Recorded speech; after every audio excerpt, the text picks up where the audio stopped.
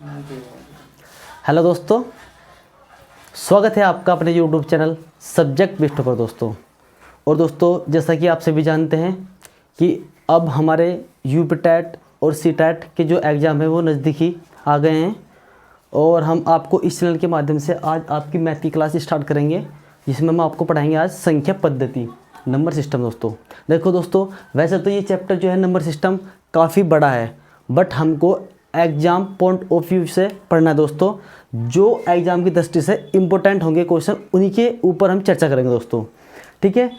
और हम आपको यहाँ पर पूरे बेसिक तरीके से बताएंगे कि कौन सी संख्या किस प्रकार होती है, ताकि आप अगर क्वेश्चन यहाँ से थ्योरेटिकल भी बनता है तो उसके भी आंसर आप इजीली से दे सकते हैं दोस्तों, ठीक है। तो देखो, मैं आपको एक ही बात बोलूँगा, पढ़िएगा दोस्तों आप वहीं से जहाँ आपको सही और सटीक जानकारी मिलती है, ठीक है। यानी कि मेरा कहने का मतलब ये है कि यदि जहाँ से आपको समझ में आता है आप वहीं से पढ़िएगा दोस्तों, ठीक है। तो मैं ज़्यादा लंबे समय ना लेता हुआ मैं सिर्फ अपने चैप्टर को स्टार्ट करूँगा दोस्तों, ठीक है। पढ़ाने को इसमें बहुत कुछ है दोस्तों, नंबर सिस्टम है अपने आप में एक महाभारत समझिए आप इस चैप्टर को, बट हमको वही चीज़ पढ़नी है जो चीज़ एग्ज़ाम की दृष्टि से इम्पोर्टेंट होगी, ठीक है। तो देखिए, सबसे पहले हमें पता होना चाहिए नंबर सिस्टम यानी कि संख्या पद्धति। संख्या पद्धति या नंबर सिस्टम क्या होती है? नंबर के अरेंजमेंट को हम क्या कहते हैं दोस्तों? Number system. जो संख्याओं का क्रम होता है, जैसे 1 2 3 4 5 6 7 8 कुछ भी इनफाइनाइट तक, ठीक है दोस्तों, में क्या कहलाती है? हमारे संख्या कहलाती है। तो नंबरों के सिस्टम को हम क्या कहते हैं? नंबर सिस्टम, नंबर के अरेंजमेंट को, ठीक है। अब हम अगर बात करें, यदि मैं इसकी बात करूं कि मैं इस नंबर सिस्टम को मैं 2 भागों में डिवाइड करता हूं दोस्तों। किसमें? 2 भागों में। एक तो मेरा भाग होता है दोस्तों वास्तविक संख्या। क्या दोस्तों? वास्तविक संख्या, जिसको हम अंग्रेजी में कहते हैं दोस्तों रियल नंबर। क्या दोस्तों? रियल नंबर दोस्तों, ठीक है। और अगर मैं दूसरे भाग की बात करता हूं तो इसको हम बोलते हैं काल्पनिक संख्या दोस्तों। क्या? काल्पनिक संख्या। इसको हम इंग्लिश में बोलते हैं दोस्तों इमेजिनरी पार्ट या इमेजिनरी संख्या दोस्तों, इमेजिनरी नंबर, ओके। तो ये हमारे 2 भाग हो गए किसके? नंबर सिस्टम के। अब दोस्तों हमें देखना है कि वास्तविक संख्या कैसी होती है और काल्पनिक संख्या कैसी होती है, क्योंकि एग्जाम में क्वेश्चन पूछा जा सकता है कि निम्न में से कौन सी संख्या काल्पनिक है या निम्न में से कौन सी संख्या वास्तविक संख्या है। तो आपको वह 4 ऑप्शन देगा, बस आपको पहचाननी आनी चाहिए दोस्तों। देखो, वास्तविक संख्या तो आपकी वह संख्या होती है जिनका उपयोग आप दैनिक जीवन में जोड़ घटा गुणा भाग, ठीक है, या किसी भी मापक के रूप में जिन संख्याओं का आप यूज करते हैं, प्रयोग करते हैं, उनको हम वास्तविक संख्या कहते हैं दोस्तों। जैसे मैं आपको यदि बात करूं 1 से लेके या 0 सहित प्लस माइनस की सभी संख्या, हम उनको क्या कहेंगे? वास्तविक संख्या कहेंगे दोस्तों, ठीक है। मैं आपको आगे बताऊंगा कि वास्तविक संख्या क्या होती है, जरा हम इसके बारे में करते हैं चर्चा। ये संख्या आपको एक्स वाई की फॉर्म में मिलेगी। काल्पनिक संख्या नाम से आपको पता चल रहा होगा, यानी कि जिन संख्याओं की हम कल्पना करते हैं अपने जीवन में। जैसे किसी क्वेश्चन को सॉल्व करने के लिए हम कुछ संख्या ऐसी मान लेते हैं जो नहीं होती। मैं आपको फॉर एग्जांपल दूंगा दोस्तों, मेरे ख्याल से उससे बेस्ट एग्जांपल आपको कोई नहीं लगेगा। देखो, काल्पनिक संख्या क्या होती है? मैंने कहा कि 2 संख्याओं का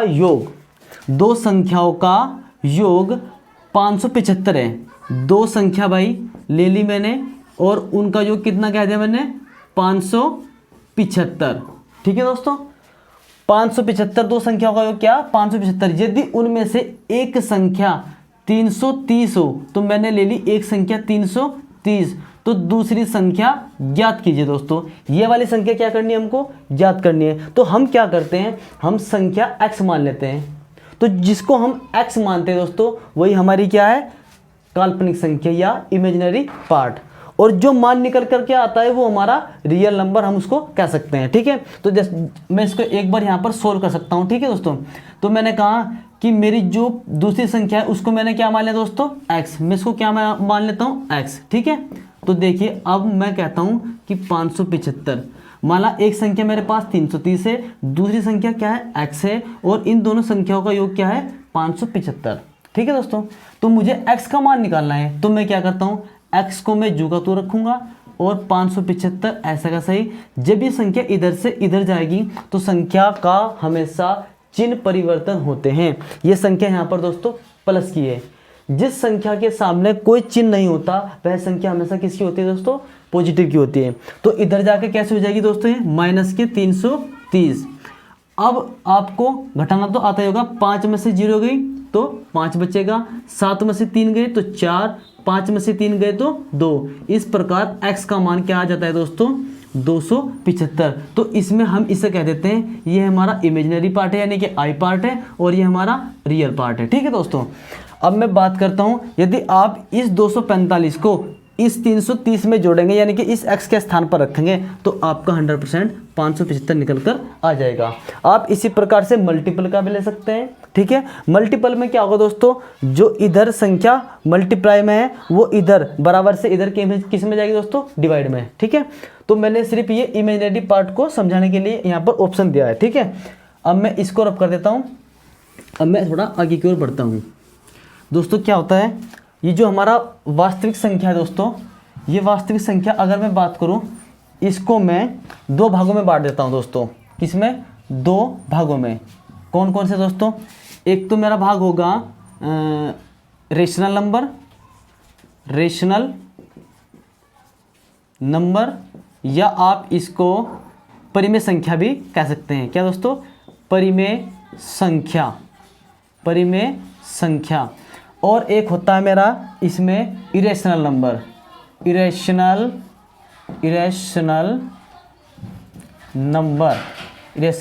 इसको आप क्या बोल सकते हैं? अपरिमेय संख्या दोस्तों। ठीक है, और अगर मैं बात करूँ, इसके 2 भाग हो गए दोस्तों। ठीक है, मैं बात करूँ इसमें एक संख्या आती है हमारी मिश्रित संख्या। तो मिश्रित संख्या हमारी, मैं आपको बता देता हूँ, मिश्रित संख्या। ठीक है, मिक्सर नंबर, इसको आप इंग्लिश में बोलते हैं मिक्सर नंबर। ठीक है, आप लिख लेना। और अगर मैं बात करूँ तो वो a+ib की फॉर्म में आती है, a+ib की फॉर्म में। जैसे a के स्थान पर भी कोई नंबर होगा 4 और i के स्थान पर तो हमारा इमेजिनरी पार्ट होगा, जैसे x y z कुछ भी मान लीजिएगा तो हम यहाँ पर i लिख देते हैं, और b के स्थान पर भी कोई होगा तो 4+ib। तो आपको वो क्वेश्चन देखकर आपको क्वेश्चन देगा कि निम्न में से कौन सी काल्पनिक संख्या है, तो वह आपको क्या देगा? वह आपको 4-5 ऐसी संख्या दे देगा, 5+4 या 6+4 और एक आदि और इससे मिलती जुलती संख्या देगा आपको।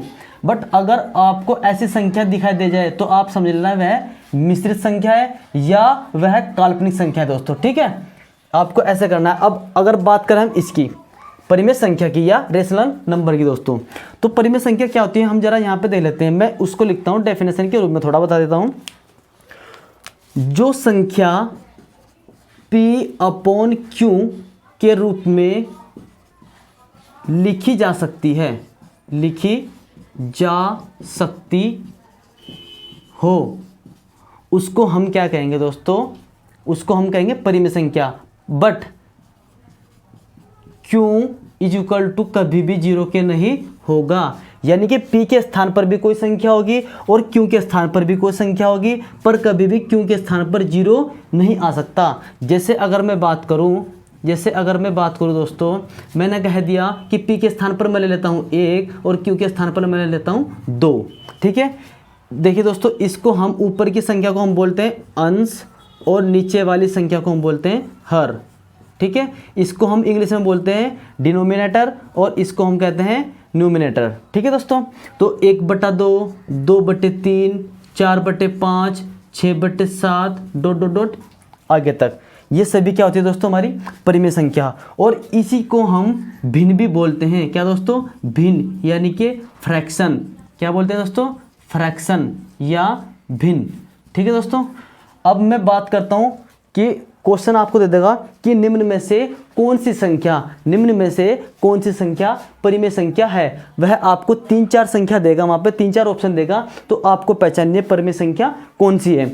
और मैं आपको बोल देता हूँ कि परिमेय संख्या, अगर मैं यहाँ पर लिख देता हूँ कि 3/0 ये परिमेय संख्या नहीं है, 5/0, 6/0 परिमेय संख्या नहीं है दोस्तों, क्योंकि हमने क्या कहा कि कि क्यों कभी भी जीरो के बराबर नहीं होगा। ऊपर तो जीरो आ सकता है दोस्तों, पर नीचे जीरो नहीं आ सकता। अगर नीचे जीरो आ गया दोस्तों तो वह परिमेय संख्या नहीं है। ठीक है, अगर मैं बात करूं इसी में मैं आपको बताता हूं अपरिमेय संख्या। दोस्तों अपरिमेय संख्या हमारी वह परिमेय संख्या होती है जिनको जो P/Q के रूप में नहीं लिखी जा सकती, उसको क्या कहते हैं, नहीं लिखी जा सकती, उसको हम कहते हैं दोस्तों परिमेय संख्या। ठीक है, उसको हम क्या कहते हैं, परिमेय संख्या। जैसे अगर मैं बात करूं √2, √3, √5, ठीक है क्या दोस्तों, √5, √6 ... ऐसे। बट दोस्तों यहाँ पर कुछ अपवाद होते हैं। जैसे अगर मैं बात करूं, ये तो हमारी क्या है, अपरिमेय संख्या, ये हमारी क्या है, अपरिमेय संख्या, इसको हम बोलते हैं इरेशनल नंबर। अगर मैं बात करूं दोस्तों √9, √25, √16, तो दोस्तों ऐसी संख्या जिन संख्याओं का वर्गमूल निकाल सकते हैं वे हमारी क्या में आ जाएंगे दोस्तों, परिमेय संख्या में। जैसे अगर मैं बात करूं, इधर की बात करो, किसकी दोस्तों, परिमेय संख्या की। अगर आपको वो संख्या देता है कि 5, क्या परिमेय संख्या है, 5, 6, 7, 8, कोई भी A to Z आप संख्या ले लीजिएगा, क्या ये परिमेय संख्या है, तो दोस्तों हम कहेंगे हाँ ये परिमेय संख्या है। क्यों, देखिए दोस्तों, क्योंकि यदि मैं किसी भी संख्या के नीचे 1 लिख देता हूँ तो उस संख्या पर कोई प्रभाव नहीं पड़ता। यानी कि इसका मतलब क्या है दोस्तों, यदि मैं 5 को 1 से भाग देता हूँ, देखियो 5 को 1 से भाग देता हूँ तो 1 पंजे 5, तो क्या इस संख्या पर कोई प्रभाव पड़ा, आंसर क्या दोस्तों हमारा निकल कर 5। तो क्या ये संख्या भिन्न के रूप में नहीं लिखी गई, P की जगह 5 और Q की जगह मैंने क्या लिख दिया दोस्तों, 1 लिख दिया है। तो इसलिए मैं कह देता हूं कि यदि हमें कोई सिंगल संख्या भी लिखी हुई मिल जाए और वह आपसे पूछ ले कि क्या ये संख्या परिमेय संख्या हो सकती है, तो हम कहेंगे यस हो सकती है। जिन संख्याओं के नीचे 1 लिखने पर उन पर कोई इफेक्ट ना पड़ता हो तो वह परिमेय संख्या हो सकती है दोस्तों। ठीक है, आपको याद रखना है, ये भी क्या है, परिमेय संख्या। ऑप्शन देगा दोस्तों, कंफ्यूज नहीं होना। देखिए दोस्तों, मैं आपको ये जो चीज़ मैं आपको यहाँ पर पढ़ा रहा हूँ या बता रहा हूँ, यदि आपके पास नोट्स बनाने का टाइम नहीं है दोस्तों, तो आप क्या करेंगे, आप इन वीडियो को देख करके इसी चैप्टर से संबंधित जो क्वेश्चन आपके प्रैक्टिस सेट में होंगे, आप यदि उनमें उनको लगाओगे ना, तो आपको ये वीडियो देखने के बाद में सारे क्वेश्चन आप उनको सोल्व कर सकते हैं दोस्तों। और इसी के बाद में 1-2 वीडियो हो रहेगी दोस्तों, जिसमें हमारा चैप्टर ख़त्म हो जाएगा। ठीक है, अभी आपको बंदे लगे रहना है दोस्तों। तो मैं अब बात करता हूँ इनकी, क्या दोस्तों 9 का, मैं 9 को ऐसे लिख देता हूँ दोस्तों। देखियो, मैं आपको पूरी तरीके से बताता हूँ कि 9 को मैं ऐसे लिख देता हूँ, यानी कि मैं इसको 3 गुना 3 के रूप में लिख सकता हूँ। क्या मैं इसको ऐसे लिख सकता हूँ कि 3 की घात 2 लिख सकता हूँ। और दोस्तों आप सभी जानते हैं कि अंडर रूट, दोस्तों मैं इधर लिख रहा हूँ, अंडर रूट का मान 1/2 होता है। क्या आप सभी जानते हैं अंडर रूट का मान 1/2 होता है। तो हम क्या करेंगे, ये जो हमारा अंडर रूट है, अगर मैं इसको ऐसे लिख देता हूँ कि 3 की घात 2 और इस अंडर रूट को मैं 1/2 के रूप में लिख देता हूँ, तो क्या होता है दोस्तों, इस 2 से ये 2 कट जाता है। क्यों, क्योंकि इसकी गुना इस 1 में हो जाती है। तो इस प्रकार से यहाँ पर निकल कर आता है 3 की घात 1। ठीक है, तो इस प्रकार से 3 की घात 1 का मतलब क्या होता है दोस्तों, 3। यानी कि इसके नीचे अगर मैं 1 लगा दूं, क्या ये परिमेय संख्या नहीं है दोस्तों, ये भी परिमेय संख्या है। ठीक है, तो दोस्तों मैं आपको थोड़ा ऊपर की ओर इसको बताता हूं। आप एक बार जहां तक आपको दिखाई दे रहा होगा दोस्तों, आप वहां तक इसको देख सकते हैं। मैं थोड़ा साइड हो रहा हूं, फिर मैं आपको उसी एग्जाम्पल को ऊपर बताऊँगा। ठीक है, चलिए दोस्तों मैं थोड़ा इसको रफ करता हूँ क्योंकि बोर्ड पर जगह नहीं बची है। तो अब क्या होगा दोस्तों, देखिए दोस्तों, मैंने कहा कि √9, √16, √25 या √36 ऐसे कोई भी संख्या जिसका अपना वर्गमूल होता है। 9 को हम क्या लिख सकते हैं दोस्तों, 3, 4 को 4, यानी कि 16 को 4, यानी कि मैं ये ऐसे तो बनाऊंगा 4 गुना 4, तो 4 चौक 16, यानी कि इस रूट से क्या कट जाएगा, 4 का स्क्वायर और ये जो रूट है इस 2 से ये रूट कट जाता है, क्योंकि रूट का मान 1/2 होता है दोस्तों। क्या होता है रूट का मान? 1/2, ठीक है। तो हम ये हमारी निकल कर आ जाएगी बाहर 4। इसी प्रकार इसको ऐसे लिखेंगे आप। फिर आपको इस देखो मैं आपको ये थोड़ा खोल कर बता रहा हूँ, पर आपको ऐसे नहीं करना, आपको सिर्फ ये याद करने हैं वर्ग, ठीक है, कि 3 का वर्ग 9, 4 का वर्ग 16, 5 का वर्ग 25। तो जिन संख्याओं का वर्ग हो सकता है, जैसे वर्गमूल हो सकता है, जैसे इस 25 का 5, 36 का 6 और 49 का क्या दोस्तों 7, तो वह संख्या कभी भी अपरिमेय संख्या नहीं होगी दोस्तों। ये कैसी संख्या होगी? परिमेय संख्या। कैसी संख्या होगी दोस्तों? परिमेय संख्या। रूट के अंदर अगर किसी भी संख्या का वर्ग आ जाता है, रूट के अंदर वर्ग, रूट के अंदर वर्ग, रूट के अंदर वर्ग, रूट के अंदर वर्ग, तो वह संख्या कभी भी क्या नहीं होगी दोस्तों? अपरिमेय संख्या नहीं होगी। वह कैसी संख्या होगी? परिमेय संख्या, ठीक है। इसी प्रकार से रूट, अगर मैं बात करूं रूट 6 की, तो ये क्या है? अपरिमेय संख्या। रूट 7 अपरिमेय, रूट 8 अपरिमेय, बट रूट 9 नहीं है। रूट 9 क्या है? परिमेय संख्या दोस्तों, ठीक है। अब मैं चलिए थोड़ा आगे की ओर चलता हूँ। मैं इसको रफ कर देता हूँ दोस्तों, कर देता हूँ, बिल्कुल कर देता हूँ, ठीक है। एक क्वेश्चन यहाँ से दोस्तों बनता है दोस्तों, यहाँ से एक बनता है क्वेश्चन पाई के ऊपर। किसके ऊपर? पाई के ऊपर। अगर मैं बात करता हूँ दोस्तों पाई, तो पाई हमारी कैसी संख्या है? काल्पनिक संख्या है। पर पाई का मान क्या होता है? 22/7। ये हमारी कैसी संख्या है? रियल नंबर, यानी कि वास्तविक संख्या। तो पाई तो हमारी कैसी है दोस्तों? इमेजिनरी पार्ट, यानी कि काल्पनिक संख्या, ठीक है, इमेजिनरी पार्ट, और उसका जो मान है वह रियल नंबर है दोस्तों। ये चीज़ें आपको नोट करनी है, ठीक है, क्योंकि कभी कभी एग्जाम के अंदर पूछ लेता है कि पाई काल्पनिक संख्या है या वास्तविक संख्या है, या पूछ लेता है कि पाई का मान जो 22/7 होता है वह वास्तविक संख्या है या काल्पनिक संख्या। तो जो चीज़ आपको देखने में वास्तविक लग रही है उसको वास्तविक बोलेंगे, और जो आपको क्या लग रही है दोस्तों? देखने में काल्पनिक लग रही है। क्या पाई कोई संख्या होती है दोस्तों? नहीं होती, बट संख्या है, 22वीं संख्या, 7वीं संख्या है, और ये पूरी पूरी भिन्न है, ठीक है। अब मैं बात करता हूँ परिमेय संख्या के अंदर। परिमेय संख्या हमने देख ली। परिमेय संख्या के मैं आपको भाग बताता हूँ। यदि मैं भाग की बात करूँ परिमेय संख्या की, तो मैं ऐसा कर लेता हूँ कि इधर तो मैं लिखता हूँ क्या दोस्तों? परिमेय संख्या के अंदर प्राकृतिक संख्या है हमारी। क्या? प्राकृतिक संख्या है, प्राकृतिक संख्या, ठीक है दोस्तों। और इसको हम बोलते हैं नेचुरल नंबर। क्या दोस्तों? Natural number. अगर मैं बात करूँ पूर्ण संख्या, ये क्या है? दूसरा पार्ट हमारा पूर्ण संख्या, और इसको हम बोलते हैं वूल नंबर। क्या दोस्तों? वूल नंबर। इसके बाद अगर मैं बात करूँ तीसरे की, इसको हम बोलते हैं पूर्णांक। क्या दोस्तों? पूर्णांक संख्या। इसको हम बोलते हैं पूर्णांक संख्या, और ये हमारा होता है इंटीजर्स। क्या दोस्तों? Integers, okay. तो देखिए दोस्तों, अगर मैं बात करूँ प्राकृतिक संख्या की, प्राकृतिक संख्या के अंदर दोस्तों 1 2 3 ... इनफाइनाइट तक। अगर मैं वूल नंबर की बात करूँ तो इसमें हमारी जीरो सहित 1 2 3 4 ... इनफाइनाइट तक। अगर मैं इंटीजर्स की बात करता हूँ दोस्तों, तो जीरो सहित +1 +2 ... इनफाइनाइट, प्लस के इनफाइनाइट तक। इधर -1 -2 और ... के इनफाइनाइट तक, ठीक है दोस्तों। ये होता क्या है दोस्तों? मैं इधर का ये भाग शायद रफ कर देता हूँ उसको, ठीक है, अगर आप लोगों ने नोट कर लिया हो तो दोस्तों, क्योंकि थोड़ा मुझे समझाने में हेल्प मिलेगी। तो मैं क्या कह रहा हूँ कि इसको हम कैसे देखते हैं। देखिए, अगर आपने कभी ये चतुर्थांश पढ़ा हो दोस्तों, तो हमेशा जहाँ पर ये मिलते हैं वहाँ पर हम इसको मूल बिंदु मानते हैं। ये हमारा 0 0 होता है, ठीक है दोस्तों। ये चतुर्थांश के राइट वाला भाग तो होता है दोस्तों +1 +2 +3 ... इधर जो भी संख्या आएगी प्लस की आएगी इनफाइनाइट तक दोस्तों, ठीक है।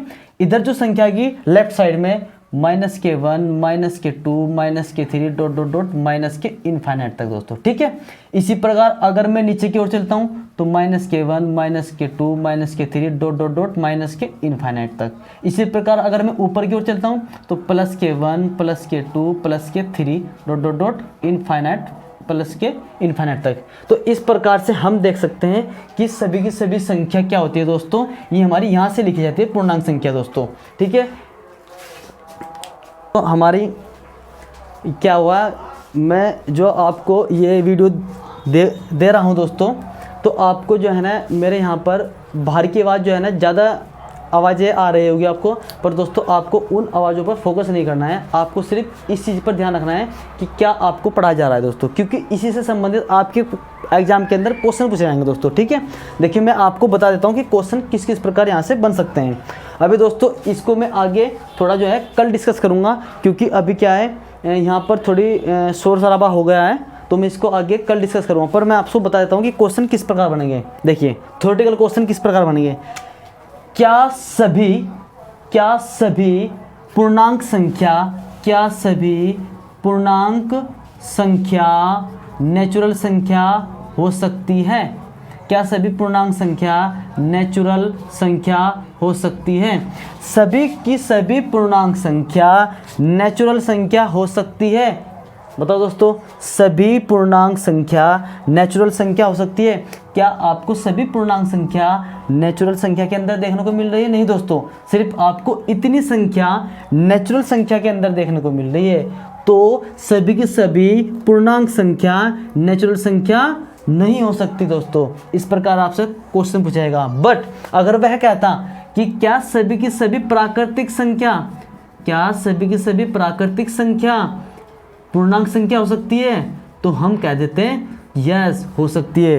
क्या सभी की सभी प्राकृतिक संख्या पूर्णांक संख्या हो सकती है दोस्तों? क्योंकि प्राकृतिक संख्या कहाँ से कहाँ तक है, 1 से इनफाइनाइट तक, और पूर्णांक के अंदर तो है ये रही प्लस की संख्या। क्योंकि मैंने आपको बताया है कि जिन संख्याओं के आगे कोई चार्ज नहीं होता वह हमेशा प्लस की ही होती है दोस्तों। तो प्लस वाली तो हमें ये देखने को मिल रही है, ठीक है। तो इस प्रकार से हो सकती है। इसी प्रकार से इसके ऊपर बन सकता है कि क्या सभी की सभी पूर्ण संख्या पूर्णांक संख्या हो सकती है? यस हो सकती है, ये रही। तो हम कह सकते हैं कि इसमें हमारी कौन कौन सी संख्या है, हमारी ये नेचुरल संख्या भी इसके अंदर है, नेचुरल संख्या, नेचुरल नंबर। और अगर मैं बात करूँ 0 से लेके प्लस माइनस तक, प्लस 0 सहित प्लस की सभी संख्या, ये हमारी क्या होती है दोस्तों, वोल नंबर, ये भी इसी के अंदर है, ठीक है। और हम अगर बात करें, ये हमारी धन पूर्णांक भी है दोस्तों। क्या? धन पूर्णांक। अगर मैं बात करूँ ये माइनस वाली संख्या, ये हमारी ऋण पूर्णांक है दोस्तों। कैसी? ऋण पूर्णांक। ओके, तो आपसे क्वेश्चन किसी भी प्रकार से पुट अप हो सकता है, बस समझना आपको है कि आप किस प्रकार से इन चीज़ों को पढ़ रहे हैं दोस्तों, ठीक है। वो आपको कह सकता है कि क्या सभी के सभी धन पूर्णांक संख्या हो सकती है? तो दोस्तों सभी के सभी धन पूर्णांक किस में आ रहे हैं, पूर्णांक के अंदर, तो हो सकती है, टिक कर दो, ठीक है। क्या सभी के सभी ऋण पूर्णांक संख्या हो सकती है? हो सकती है भाई, बिल्कुल हो सकती है, ठीक है। क्या सभी के सभी नेचुरल संख्या और पूर्ण संख्या पूर्णांक संख्या हो सकती है? हो सकती है भाई। अगर मैं कहने लगूं क्या सभी के सभी धन पूर्णांक और ऋण पूर्णांक, क्या सभी के सभी धन पूर्णांक और ऋण पूर्णांक पूर्ण संख्या हो सकती है? नहीं हो सकती दोस्तों, क्योंकि इसमें ओनली क्या है, 0 सहित प्लस की संख्या है, ना कि माइनस।